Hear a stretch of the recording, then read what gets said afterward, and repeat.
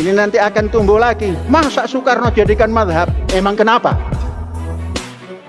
Saya dan bab ini madhabnya Bung Karno.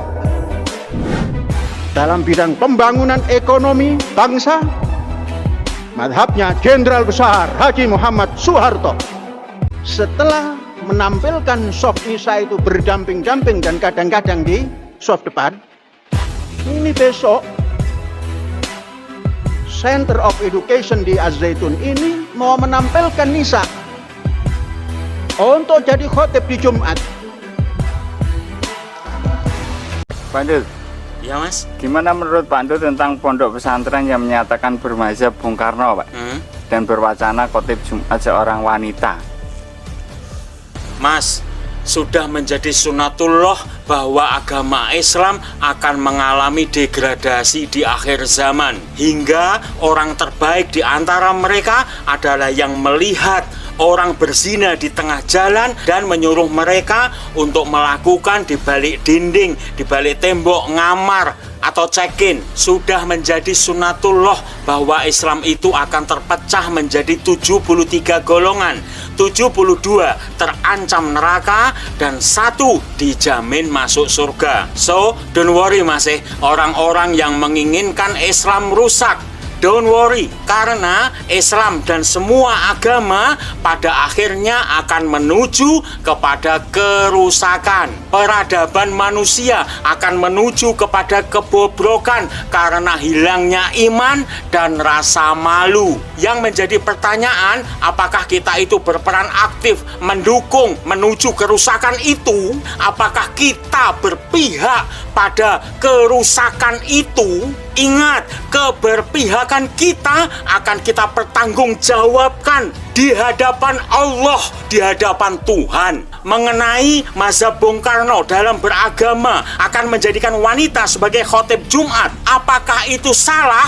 Tidak. Itu benar menurut orang yang menyatakannya, tapi salah menurut nabimu. Why? Karena mengubah syariat nabi itu sama aja menuduh nabi mengkhianati, menyembunyikan syariat peribadatan dari Tuhannya. Itu sama saja menganggap ada ajaran yang lebih baik, ajaran syariat peribadatan yang lebih baik dari yang telah diajarkan oleh manusia terbaik, yaitu nabimu.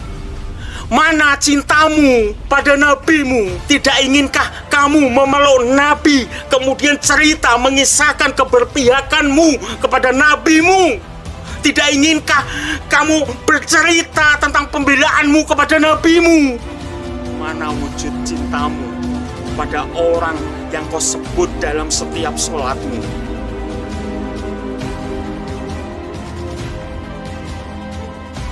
Agama-agama itu Mas sudah final pada masalah usul dan berkembang pada masalah-masalah furu sesuai dengan zamannya. Jangan diubah semaunya sendiri, sesuai dengan akal pikirannya sendiri. Agama itu bukan akal-akalan. Agama itu akal dan ilmu. Agama-agama itu tidak perlu dipertentangkan, tidak perlu dikompromikan karena berada dalam ranah keyakinan masing-masing. Saling menghormati, saling menghargai. Seharusnya energi negeri ini kita habiskan untuk inovasi, modernisasi pada applicable science sehingga membawa kemanfaatan bagi peradaban kehidupan manusia. Malu kita Mas, bangsa lain sudah meneliti ruang angkasa, kita masih meneliti dan mempertentangkan nasab Habib, meributkan hari raya Idul Fitri, bahkan sampai mengancam membunuh umat. Malu kita Mas, malu. Ada SMS, Pak. Nasihat nabimu itu lebih baik, itu yang terbaik. Malu saya Mas, malu.